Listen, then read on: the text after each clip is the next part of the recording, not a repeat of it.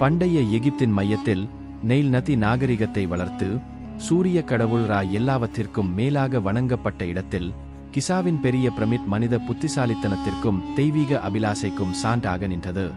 இந்த அற்புதமான கட்டிடக்கலை பண்டைய உலகின் 7 அதிசயங்களில் கடைசியாக இன்னும் உள்ளது. இது பார்வோன் கூவின் ஆட்சியின் போது கட்டப்பட்டது. பல நூற்றாண்டுகளாக அதன் கட்டுமானத்தின் ரகசியங்கள் வரலாற்றாசிரியர்கள் மற்றும் தொல்பொருள் ஆராய்ச்சியாளர்களை விட்டு வெளியேறின, மர்மத்தில் மூடப்பட்டு காலத்தின் மணல்களால் மூடப்பட்டன. ஆண்டு கிமு 2490 பிரமிடு கட்டும் திட்டம் தொடங்கவிருந்தது. சுட்டெரிக்கும் எகிப்திய வெயிலின் கீழ் சலசலப்பான நகரமான மெம்பிஸ் செயல்பாட்டின் கூட்டமாக இருந்தது. புதிய பிரமிட் தளத்தின் நிழல்களில் இம்ஹோடெப் என்ற இளம் எழுத்தாளர் மகத்தான பணியில் ஈடுபட்டவர்களின் அன்றாட நடவடிக்கைகள் மற்றும் நினைவு சின்ன முயற்சிகளை பதிவு செய்தார்.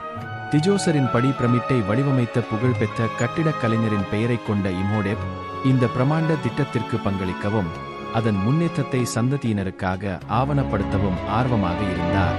பார்வோன் கூ தனது தலைமை கட்டிடக் கலைஞரான ஹெமியுனுவிடம் பிரமிட்டின் வடிவமைப்பை ஒப்படைத்தார். அவர் இணையற்ற ஞானமும் அனுபவமும் கொண்டவர்.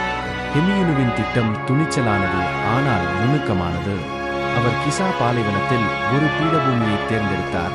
பிரமிட்டின் அபரிமிதமான எடையை தாங்கும் திறன் கொண்ட ஒரு திடமான பாறை அடித்தளத்தை உறுதி செய்தார். திட்டமானது துல்லியமான கணக்கீடுகளையும் அசைக்க முடியாத அர்ப்பணிப்பையும் கோரியது. சாட்டையின் கீழ் வேலை செய்யும் அடிமைகள் என்ற பிரபலமான பிம்பத்திற்கு மாறாக பிரமிட்டை கட்டிய பணியாளர்கள் திறமையான தொழிலாளர்கள், கைவினைஞர்கள் மற்றும் விவசாயிகள் ஆகியோரை கொண்டிருந்தனர். நைல் நதியின் வெள்ளம் விவசாயத்தை சாத்தியமற்றதாக்கியது. அவர்கள் நன்கு உணவளிக்கப்பட்டனர், நல்ல வீடுகளுடன் இருந்தனர், மேலும் அவர்களின் முயற்சிகள் புனிதமான கடமையாக கருதப்பட்டன.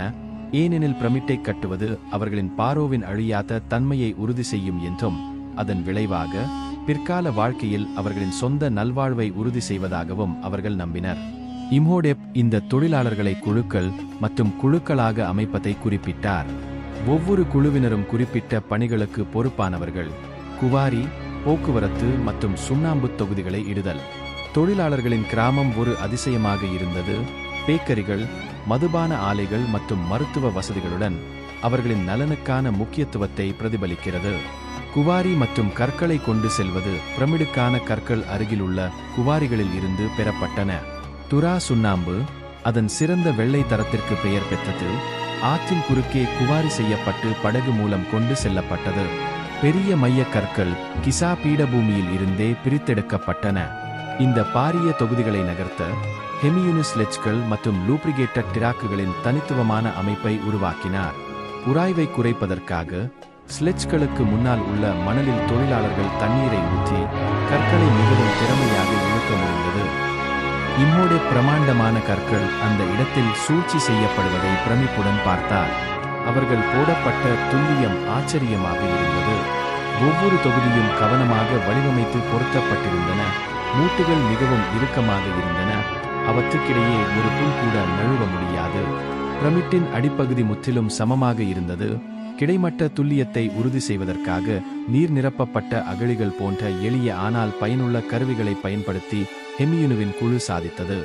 கட்டுமான பாதை பிரமிட்டின் கட்டுமானத்தின் மிகப்பெரிய புதிர்களில் ஒன்று.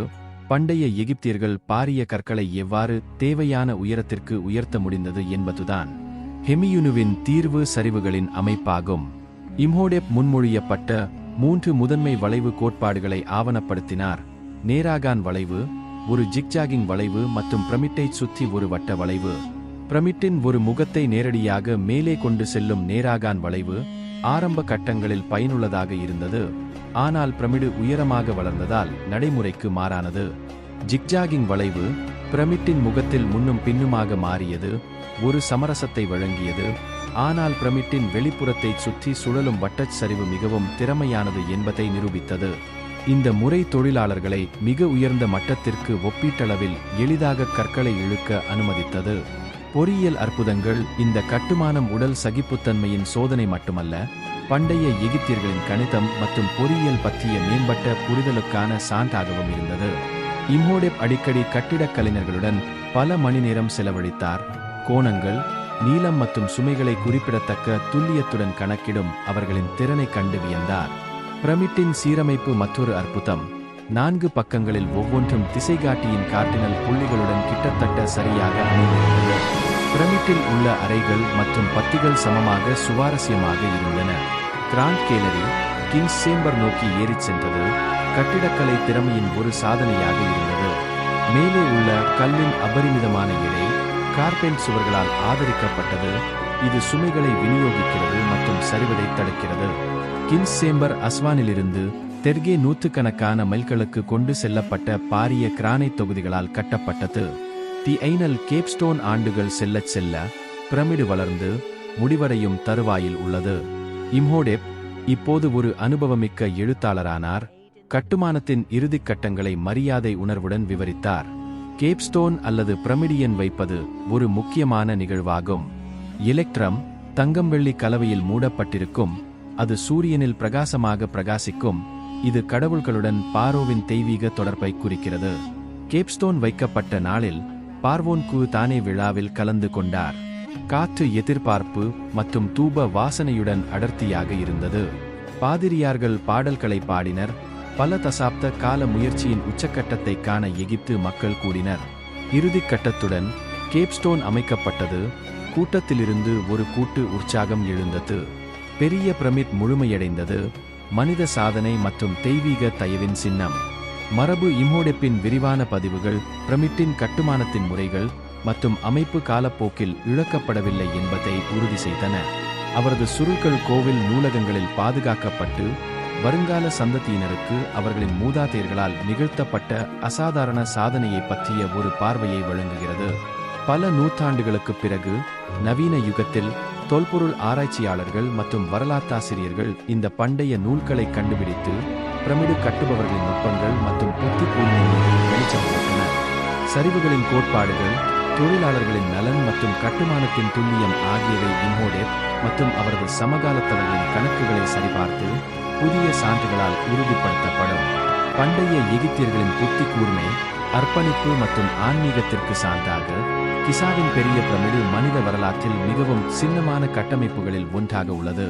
இது ஒரு பாரோவின் கல்லறையாக மட்டுமல்லாமல் அவர்களின் காலத்தின் வரம்புகளை மீறிய அளவில் கனவு காணத் துணிந்த ஒரு நாகரிகத்தின் நீடித்த ஆவியின் நினைவு சின்னமாகவும் உள்ளது. இம்ஹோடெப் போன்ற எழுத்தாளர்களின் நுணுக்கமான பதிவுகள் மூலம் இந்த நம்ப முடியாத சாதனையின் மரபு உலகெங்கிலும்